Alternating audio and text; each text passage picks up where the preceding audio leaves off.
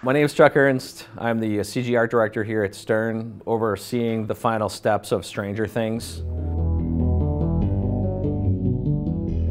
I corral artists doing the video display effects for these games, and we always try all kinds of new tools. But the bottom line is that the tool has nothing to do with it's the guys that made it.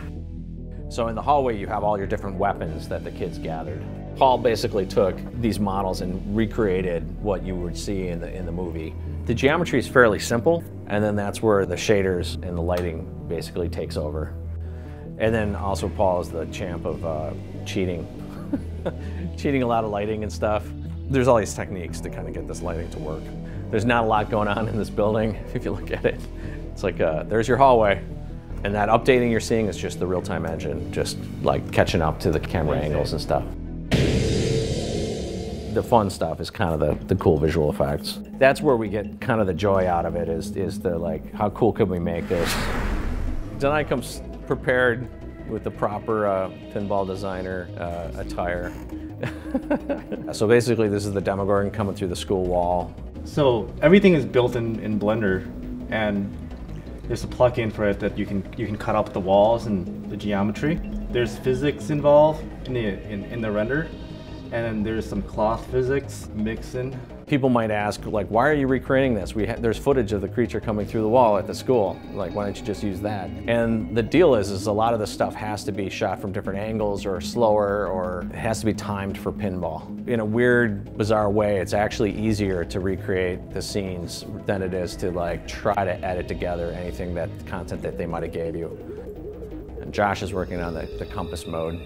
There's a mode in the game where you're kind of navigating the town with a compass. So you can see where Josh is working off of storyboards. We try to use those as a blueprint for what we're making. There's a lot on this game that hasn't been done before. Right behind the flippers is a projector, and it projects on a screen that pops up during gameplay. Content has to be made for that. Scenes from the movie are projected on there, mode totals or awards. So we have to make stuff that's friendly to both displays, but one that's half the resolution, and that's on the lower playfield. It's almost like planning for a Nintendo DS or something, where you have the dual screens. So this is the lower projector screen that I'm working on right now, and then this is the upper screen. We'll go see what Zach's doing. Oh yeah, the mystery awards. Poor Zach has to create 20. We could have used the 10-sided die, but no. We had to use the 20-sided dice. I have to ride the line of being truthful to the material, and actual D&D dice, opposite sides have to add up to 21. Yeah, I didn't know that about the dice. What Olivia's working on here was the bonus countdown. She started with some concept art that was kind of thrown in early on, and then she's dropping in the final art right now. So here's the artwork from the playfield that we're migrating from the playfield to the final display artwork. So this is basically what gets silk screened onto the wood. It's kind of a Where's Waldo of all of the of all the elements from the show on the playfield, right? The joy that I get out of doing a lot of this is when the game is done, having people come up to us and go, "How the heck did you guys do that with 4 months of art time? How did you create all this content?"